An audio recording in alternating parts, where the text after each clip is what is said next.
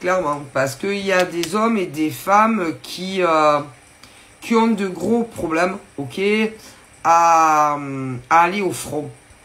Tu vois. C'est un peu comme en temps de guerre.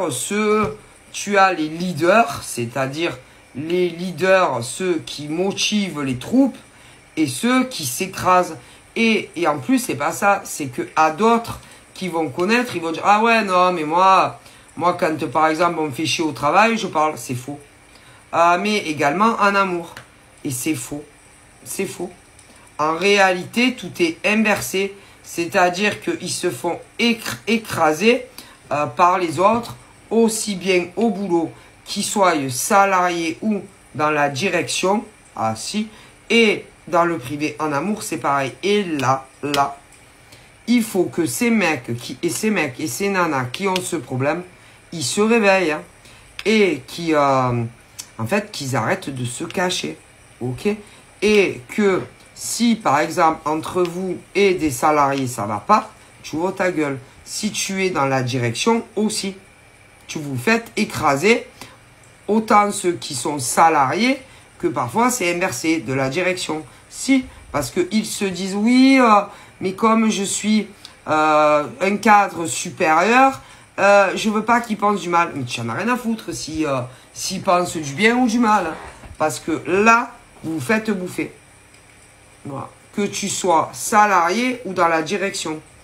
Et à la maison, putain, c'est pareil. C'est à se demander qui mène la culotte. C'est-à-dire, tu vas avoir autant des salariés qui vont avoir peur d'aller sur de la direction, de parler et de s'exprimer. Donc, il faut le faire. Et tu as également ceux, des fois, vous savez, les cadres et tout, qui vont avoir peur de parler de certaines choses aux autres. Ben, il faut le faire. Ah oui. Montrer que vous êtes des leaders et des leaders. Il ne faut pas vous laisser écraser. Et à la maison, putain, c'est pareil. Donc, on se demande qui porte la culotte. Ok.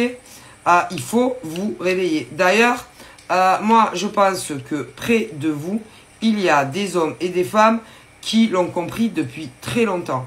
Et entre les lignes, qui essayent de vous expliquer, allez, oh, réveillez-vous.